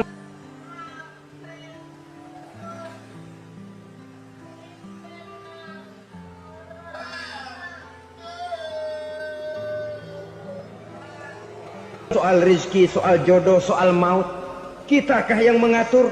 Kitakah yang menentukan? Subhanallah. Manusia sungguh tidak berdaya menghadapi tiga hal paling pokok ini. Rezeki, kita cuma bekerja. Kitakah yang menentukan? Tidak. Kita berusaha saja, rezeki belum pasti dapat. Apalagi kalau kita tidak berusaha. Jangan terjebak dalam fatalisme. Belum perang udah nyerah.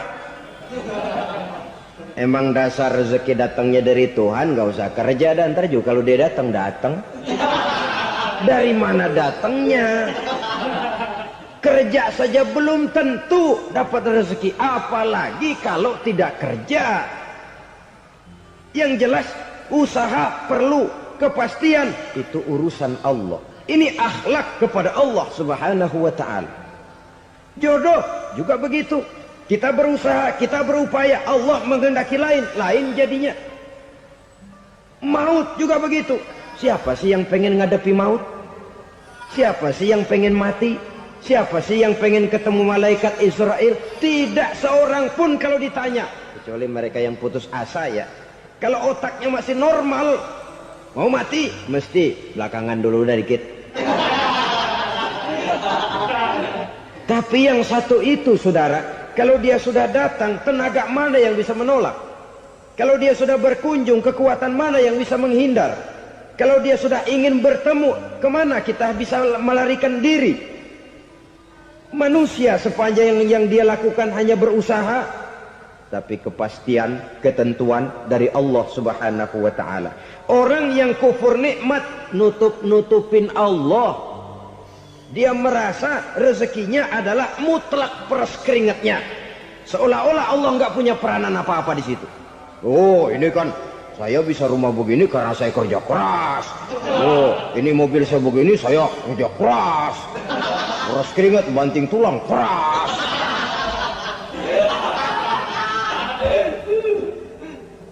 Saudara-saudara kaum muslimin rahimahkumullah. Jadi menutup-nutupi Allah. Akibatnya nanti kalau dia berhasil, Allah ketutupan. Kalau dia gagal, orang lain dicaci maki, dicari kambing hitam. Nah, kambing hitam kan mahal. Karena orang sering cari-cari kambing hitam. Jarang orang mau jujur kalau bertemu kesulitan lalu mencari sebab pada dirinya sendiri. Yang paling enak ya nyalain orang. Lo begitu. Orang lain yang paling enak kita salahin. Au ya'malu fi mukhalafatil mun'im, atau dia melakukan sesuatu yang tidak sesuai dengan kehendak yang memberikannya nikmat. Diberikan kita tangan, mulut sih nggak berhenti. Terima kasih Tuhan, alhamdulillah saya dikasih tangan. Cuma nih tangan enteng mat nabokin orang mulu. Itu sudah mukhalafatul mun'im, bertentangan dengan kehendak yang memberikan nikmat. Diberikan harta, mulutnya mah basah. Terima kasih Tuhan, alhamdulillah dikasih harta. Tapi pelitnya minta ampun. Kikir, koret, medit. Ini juga termasuk kufur nikmat, mempergunakan suatu nikmat bertentangan dengan kehendak daripada yang memberikan nikmat itu sendiri. Saudara-saudara kaum muslimin rahimakumullah. Oleh karenanya kufur iman memang lebih bahaya daripada kufur nikmat.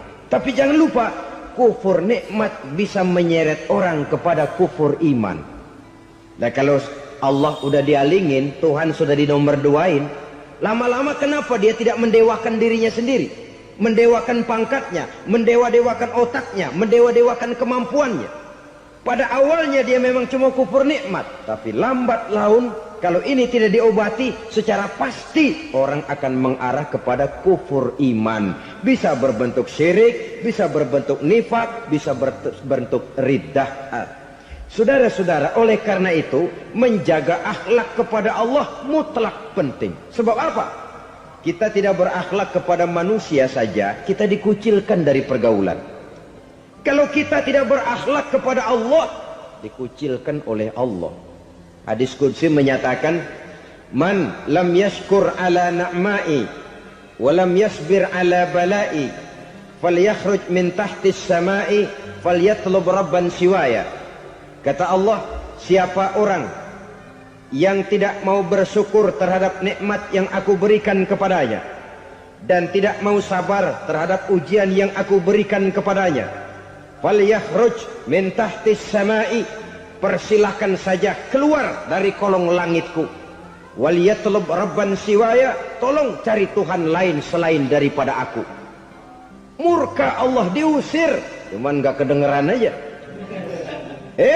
Siapa yang tidak mau syukur terhadap nikmatku, siapa yang tidak mau sabar terhadap ujian yang aku berikan kepadanya, persilahkan keluar dari kolong langitku ini, cari Tuhan lain selain aku. Langit Tuhan yang punya, Tuhan kita lawan, diusir dari kolong langit, mau pindah ke kolong mana?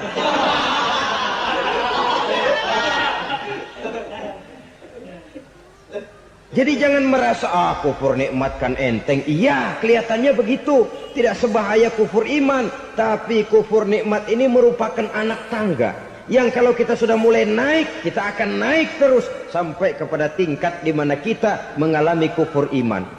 Kalau sudah ke sana, maka akhlak kita kepada Allah terkenalah erosi, terkena polusi, hancur akhlak kepada Allah. Dan itulah sumber kesengsaraan abadi.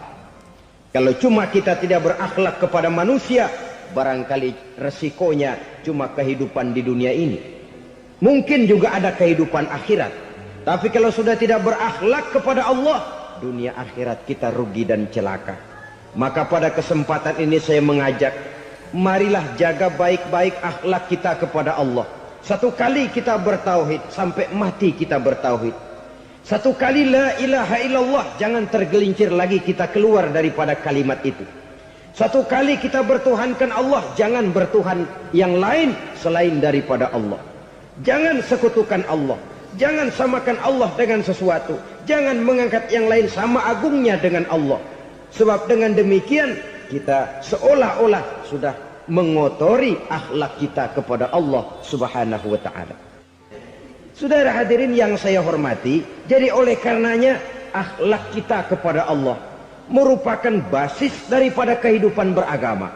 Kalau itu sudah mulai rapuh, mulai terkena erosi dan polusi, mulai rusak, dikhawatirkan nanti nilai ibadah kita kepada Allah juga akan turut ambruk karenanya. Saudara-saudara kaum muslimin rahimakumullah, tugas yang kedua memperbaiki akhlak manusia kepada sesama manusia. Kita tahu Islam sesuai dengan namanya adalah agama damai. Maka akhlak manusia kepada sesama manusia menempati porsi yang penting dalam kehidupan beragama. Bagaimana seorang muslim bergaul, bertata krama terhadap sesama manusia.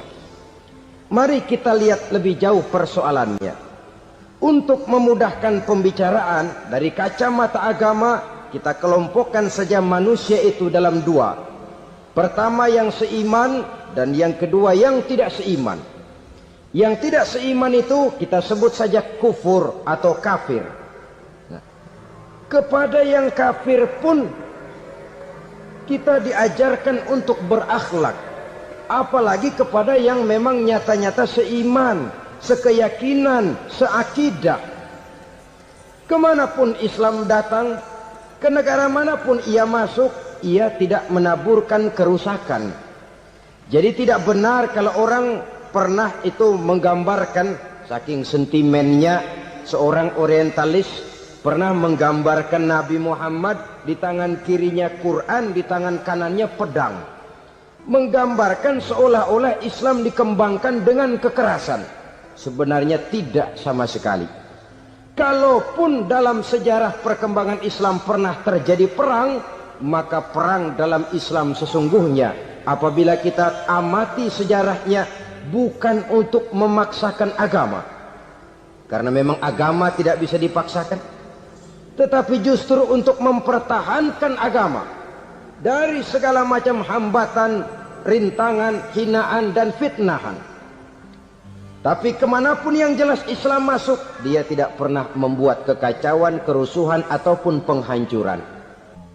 Candi Prambanan bahkan dipugar, gereja-gereja tidak ada yang dihancurkan oleh umat Islam. Kenapa? Islam agama damai. Soal agama, soal lakum dinukum waliyadin, la ikraha fid din, qad tabayyana ar-rusdu minal ghayy. Tidak ada paksaan dalam beragama, sebab nyata yang benar dengan yang tidak benar. Belum pernah ada orang kafir masuk ke perkampungan orang Islam lalu dikejar-kejar, diteriakin kafir, kafir, sunatin.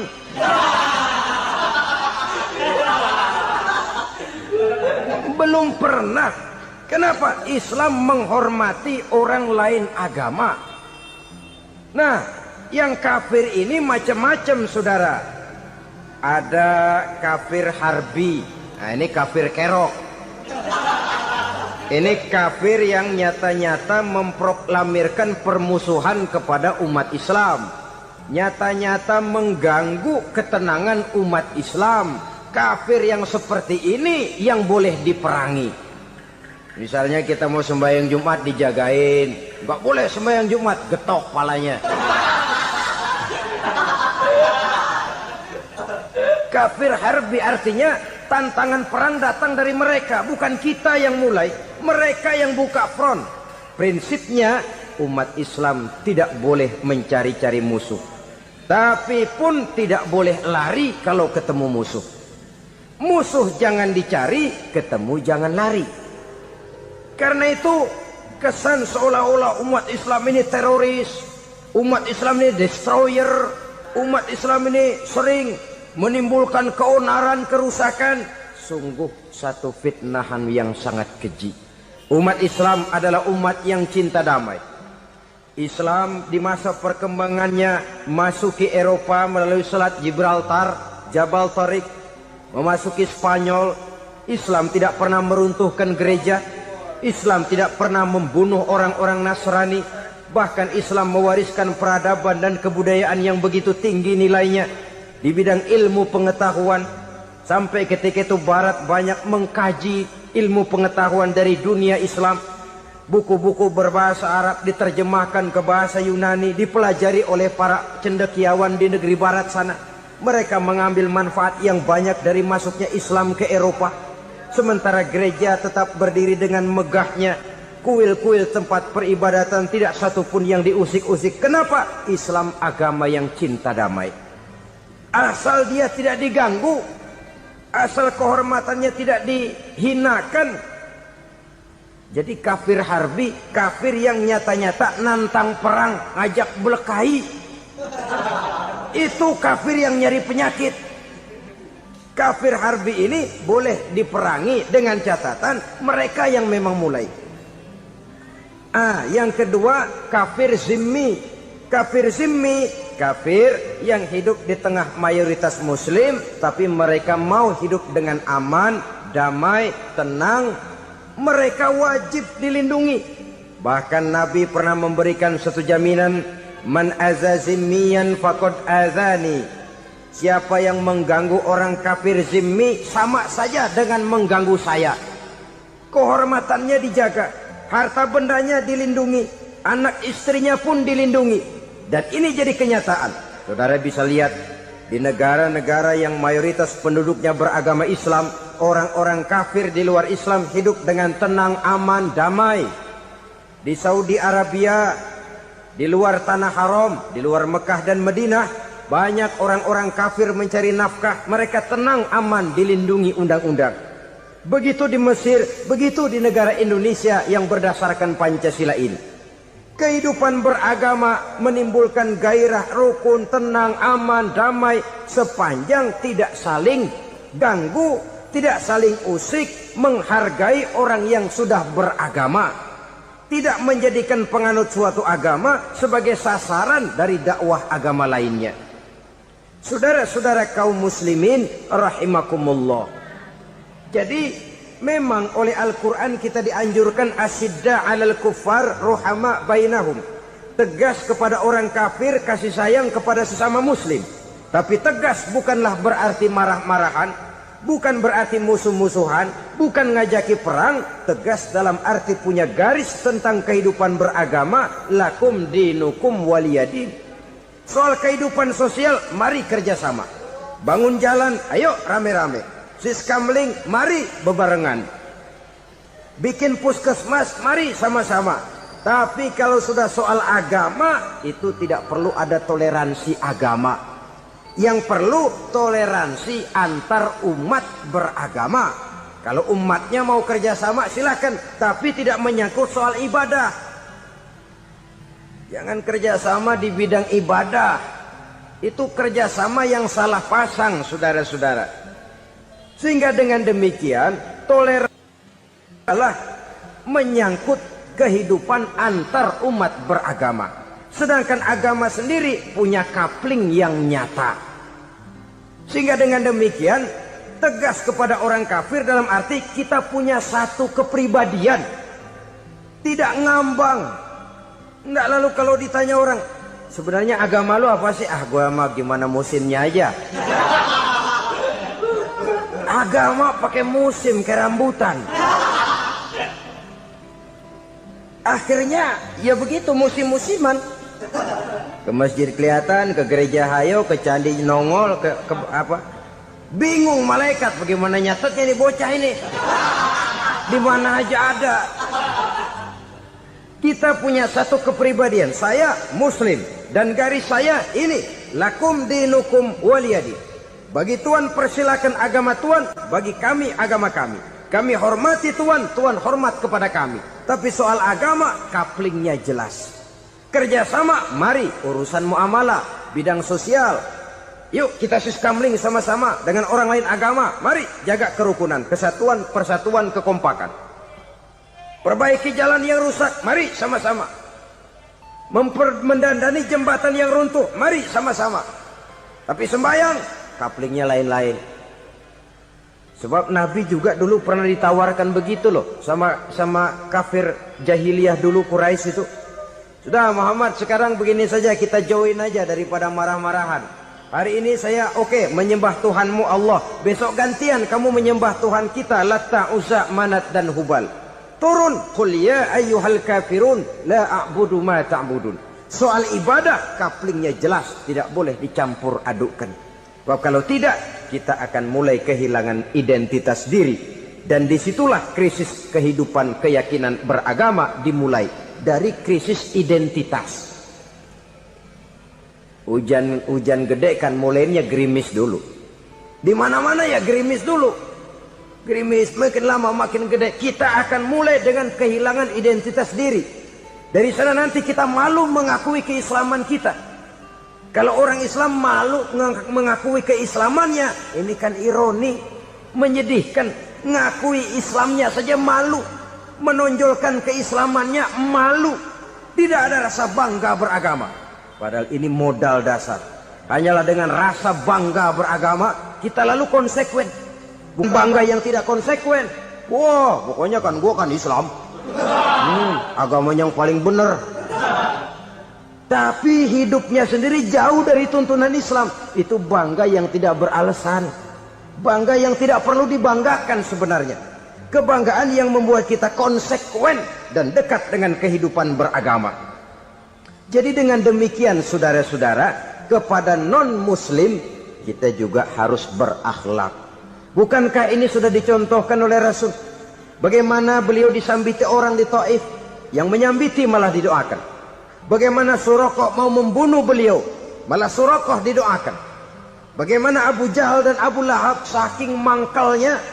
Ini Abu Jahal pernah gali lubang di kamarnya sendiri, di depan tempat tidurnya. Setelah dia gali lubang, ditutupin pakai keraras korma. Lalu dia tarik selimut, belagak meriang. Dia pesan pesuruhnya, bilangin Muhammad encangnya meriang. Pamannya sakit, minta ditengokin. Nabi dengan segala husnuzonnya berangkat nengokin. Abu Jahal dari balik selimut ngintip. Itu dia Muhammad, itu dia tuh. Dia tuh masuk Dani, masuk. Mulai dia jalan, senang Abu Jahal. Terus. Begitu ke pelosok, masuk ke lubang, gue pendem terus lalu. Memang niatnya mau mencelakakan Nabi. Sudah tinggal beberapa langkah lagi Nabi akan berjalan ke arah lubang itu. Malaikat Jibril ngasih tahu, Muhammad, Abu Jahal pamanmu cuma pura-pura sakit. Di depan tempat tidur itu ada lubang sudah dia gali untuk menjerumuskan kamu. Sudah balik pulang. Balik badan Nabi. Sudah hampir mau melangkah, kakinya malah muter pulang. Abu Jahal yang ngelihat Nabi sudah hampir jatuh nggak jadi, balik pulang. Lupa kalau lagi sakit. Udah Muhammad buruan sini. Ke pintu dia kejar. Dia lupa sama lubang yang dia gali. Begitu dia kejar, dia yang kepelosok masuk ke dalamnya. Sejak saat itu ada pepatah, man hafara hufratan waqa'a fiha. Siapa yang suka nggali lubang, dia sendiri bakal terpelosok ke dalamnya. Jatuh dia ke lubang yang dia gali. Padahal ya paling banter 2 atau 3 meter paling dalam. Dari dalam lubang itu dia teriak-teriak, Muhammad, tolongin, pamanmu kecebur. Kasih tahu Muhammad, kasih tahu. Datang lagi lah pesuruhnya. Muhammad, pamanmu Abu Jahal kecebur, minta tolong diangkatin. Sudah diulur tambang, habis sambung lagi, nggak bisa sampai. Masa iya, cuma kamu yang bisa nolong. Apa yang dilakukan Nabi? Balik mau nolongin. Akhlak. Kita kalau ada orang gali lubang buat nyeburin kita, dia sendiri yang kecebur. Gua kagak lemin loh. Mati sekalian dah. Nabi mah enggak, balik nolongin tuh Abu Jahal. Kenapa paman kecebur? Iya Muhammad, tolong, tambang udah diulur-ulur, sambung-sambung nggak sampai. Aduh kasihan paman, nih pegang tangan saya. Nabi cuma ulurin tangan, nyampe dipegang oleh Abu Jahal. Diangkat ke atas. Nyampe atas, apa kata Abu Jahal? Tambang bergulung-gulung nggak nyampe, kamu cuma pakai tangan doang kok bisa Muhammad, hebat banget sihirmu.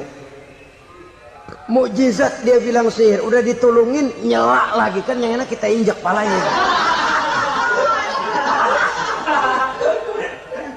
Orang dulu bilang wah katanya nolongin anjing kejepit. Udah selesai ditolongin malah yang nolong digigit. Saudara hadirin yang saya hormati, kepada orang-orang kafir kita harus berakhlak, menghormati mereka, tidak memaksakan satu keyakinan dalam batas-batas yang ditolerir oleh agama, yaitu pada masalah-masalah sosial dan muamalah. Itu kepada non-muslim, apalagi kepada sesama muslim. Baik akhlak kepada orang tua, akhlak kepada guru, akhlak kepada jiran atau tetangga, itu semua termasuk dalam akhlak kepada sesama manusia. Akhlak kita kepada orang tua, kadang-kadang kita orang timur ini ketularan orang barat. Engkongnya dianggap CS, salaman main kedet aja halo kong, engkongnya bahalo di bengong. Saudara-saudara kaum muslimin rahimakumullah, akhlak yang tua kepada yang muda, akhlak yang muda kepada yang tua, kepada jiran dan tetangga, kepada sanak famili dan handai tolan, pendeknya kepada sesama muslim. Tetangga ada haknya, ada hak tetangga yang kalau kita berakhlak itu harus dipenuhi. Contoh kecil, kalau saya beli radio, itu saya dong boleh berpikir, ini radio saya beli pakai uang saya setel di rumah saya, sekeras-kerasnya ada apa sama orang lain? Radio gua, yang beli gua pakai duit gua, gue setel di rumah gue, ada urusan apa sama orang lain? Itu kalau menurut saya. Tapi tetangga sebelah saya kan bisa juga ngomong begitu. Mata gue, yang ngantuk gue tidur di rumah gue, kenapa suara radio lu masuk kemari? Ketika itulah lalu kebebasan saya nyetel radio dibatasi oleh kebebasan tetangga saya yang mau tidur. Ini sudah akhlak namanya. Umpamanya lagi ada Nabi ajarkan, iza tobakhta maraqatan fa'akthir ma'aha wa ta'ahad jiranaka. Kalau kamu masak sayur, banyakin kuahnya, bagiin tetangga kamu. Bukan bagiannya itu yang jadi soal, tapi akhlak kepada tetangga. Udah tahu tetangganya kelaparan, diseksa, goreng ikan asin, se-RW baunya ngayap, kembang kempis orang nungguin. Saudara hadirin ma'asyiral muslimin rahimakumullah. Jadi dengan demikian, kalau sudah kembali kepada orang-orang yang nilai imannya sama dengan kita, apapun organisasinya, apapun baju yang mereka pakai, kaos yang mereka pakai, jaket yang mereka pakai, kalau sudah seakidah, seiman, jaga akhlak kita. Pendapat boleh berbeda, kaos boleh tidak sama, jaket boleh beraneka warna, bendera boleh beragam-ragam, tapi ukhuwah Islamiyah ini utamakan. Adalah lebih baik mencari persamaan dalam kehidupan dan bukan memperbesar perbedaan. Hanyalah dengan mengembangkan nilai-nilai akhlak semacam ini, toleransi tidak hanya diperlukan kepada yang non-muslim, kepada sesama muslim pun toleransi. Artinya apa? Jangan memponis amalan orang lain. Yang usoli, yang tidak usoli, berjalanlah menurut keyakinannya masing-masing. Jangan lalu memponis, itu namanya nggak toleransi. Kamu nggak pakai usoli ya? Enggak. Brengsek. Kamu pakai usoli ya? Iya. Bidah. Lah dua-duanya kagak yang bener. Kalau yang sembahyang kagak bener, bagaimana yang kagak sembahyang? Apa itu yang bener? Toleransi, setuju dengan perbedaan pendapat, jangan memponis amalan orang lain. Karena kita hanya beramal, hak menerima adalah Allah Subhanahu wa ta'ala. Jangan sebentar-bentar mencap bidah dolalah, finnar, neraka. Kayaknya neraka kapling orang tuanya kali. Gampang bener masukin orang ke neraka. Kita kadang-kadang bisa toleransi dengan orang luar, tapi kepada sesama muslim toleransi tidak sanggup kita adakan. Mengklaim merasa kita yang benar, orang lain salah semua, itu tidak toleransi namanya. Mentang-mentang jadi ustadz nih, satu-satunya ustadz di sini ya, Semuanya mesti ngaji kemari. Kalau nggak ngaji kemari Islamnya kurang tapi benar. Toleransi. Saudara-saudara kaum muslimin rahimakumullah, lapang dada menghargai orang yang berbeda pendapat, apalagi kalau perbedaan pendapat itu menyangkut hal-hal yang tidak prinsipil, menyangkut hal-hal yang sekunder dalam kehidupan beragama, menyangkut masalah-masalah yang dalam bahasa fikih disebut soal-soal furu'iyah. Tidak usah menyebabkan kita bersih tegang. Kepala sama hitam pendapat boleh berbeda dan halal. Bahkan Nabi mengatakan ikhtilafu ummati rahmatun. Perbedaan pendapat di kalangan umatku bahkan menjadi rahmah, sepanjang perbedaan pendapat itu diiringi dengan rasa toleransi. Tapi kalau sudah main baku hantam, main klaim, memponis orang lain, akhirnya timbullah keretakan. Jangan heran kadang-kadang satu masjid dua kelir. Ya soal kelir boleh kelar-kelir, boleh kelar-kelir, tapi kalau harus terlalu mencolok menyebabkan timbulnya keretakan, saya kira yang akan turun bukan lagi rahmah tapi bala. Bala akan menimpa kita, jatuh kita menjadi umat yang lemah. Oleh karena di antara kita sendiri, sesama kita tidak pandai bertoleransi, tidak lapang dada. Ada anak muda kelihatannya mau majuan dikit, yang tua curiga. Nah, kalau dia maju pasaran gua bangkrut dong nih. Lalu ditekan tuh anak ditekan melejit. Kadang-kadang yang tua maksudnya baik, mau memelihara, yang muda salah terima. Kan tua kejemur. Dari dulu sampai sekarang gitu-gitu doang. Anak kemajuannya. Padahal yang tua barangkali maksudnya juga baik, mau memelihara. Sebenarnya kalau kita bisa mencoba mencari titik temu dengan alur komunikasi, tidak merasa diri yang paling benar, tapi toleransi, boyak menerima pendapat orang lain, setidaknya mau mendengar omongan orang. Yang susah kalau udah kena penyakit, nggak mau ngerti omongan orang, nggak mau nerima pendapat orang. Kodok di kolong tempayan, cukeng kayu asem, asal ijo udah ijo aja ijo dah. Nggak ngerti omongan orang, yang kayak begini yang orang jadi kesandung.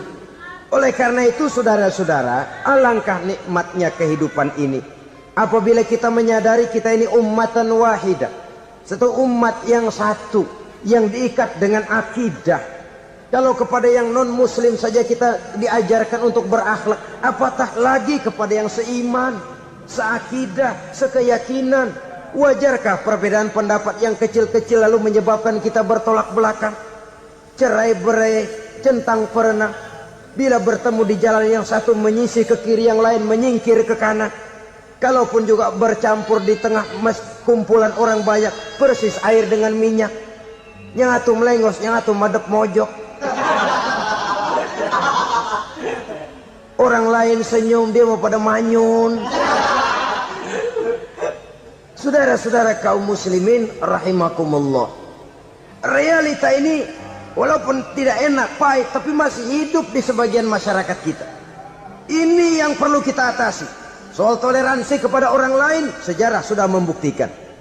Mari kita jangan cuma bisa mengajak orang lain, umat lain untuk bertoleransi dengan kita, tapi kepada sesama kita. Toleransi ini perlu kita tegakkan, perlu kita bina, terutama di dalam kita menuju bentuk ideal daripada konsep ukhuwah Islamiyah ini, yang memang selalu kita akan cari bentuk-bentuk idealnya sejalan dengan perkembangan situasi dan kondisi yang dihadapi oleh umat.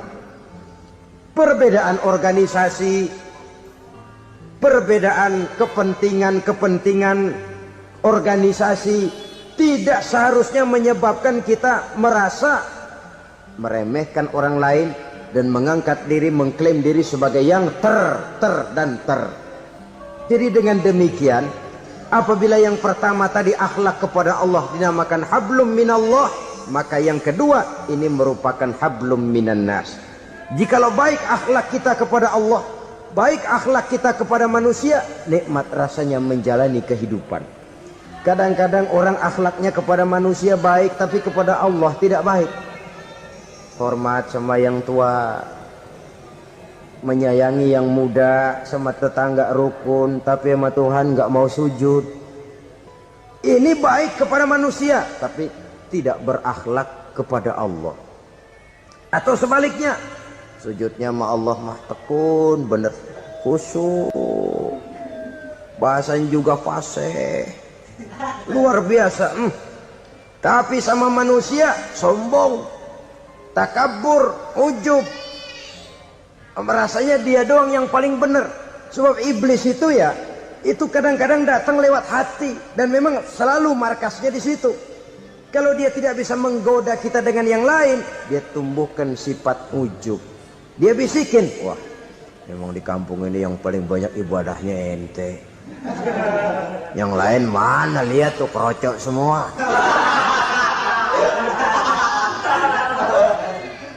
Lalu di hati orang itu tertanam sifat iya ya. Nah, tatkala iya ya, dia sudah terkena serangan iblis. Akhirnya apa? Orang lain diremehin. Asalnya kagak mau sembahyang, ya diajak salaman udah najis aja dah. Ketemu juga mukanya ditekuk 4. Akhirnya bukan ngajak, malah ngenyek, ngina. Lah orang dihina makin jauh, makin tidak tersentuh. Bukan cara itu yang diajarkan oleh Rasul. Bahwa orang tidak mau sholat, tugas kita mengajak. Soal dia tidak sholat, ya itu dosa dia kepada Allah. Saudara-saudara kaum muslimin, ujub disuntikkan oleh iblis ke dalam hati kita. Sujudnya kepada Allah benar, tapi akhlaknya kepada sesama manusia, merasa paling benar sendirian, merasa orang lain salah semua. Pokoknya kalau di luar lingkungannya udah kagak bener aja udah bahaya. Saudara-saudara, ini juga penyakit yang disuntikkan oleh iblis. Sebab iblis itu tipu dayanya luar biasa, strateginya lihai. Makin tinggi kualitas iman, ya makin berat upaya iblis untuk menjerumuskan kita. Karenanya saya mengajak, marilah kita bertoleransi, baik kepada non-muslim, lebih-lebih lagi kepada sesama muslim yang kebetulan berbeda baju, berbeda kaos, berbeda organisasi, lain bendera yang dibawanya. Tapi toleransi mari kita canangkan. Kita terikat oleh ukhuwah Islamiyah. 2. Yang ketiga, akhlak manusia kepada makhluk Allah lainnya di luar manusia. Saudara-saudara, dengan berakhlak kepada Allah, berakhlak kepada sesama manusia, berakhlak kepada makhluk Allah di luar manusia, baik flora maupun fauna, maka mudah-mudahan akan terciptalah satu ekosistem, satu lingkungan hidup yang membuat kita nikmat menjalani kehidupan ini. Inilah saja yang kita bicarakan pada pertemuan kali ini. Marilah kita membina nilai-nilai akhlak walaupun berat tantangannya. Sungguh lebih baik rakyat rendah yang berakhlak tinggi daripada pejabat tinggi yang berakhlak rendah. Karena nilai manusia pada akhirnya ditentukan oleh akhlaknya itu.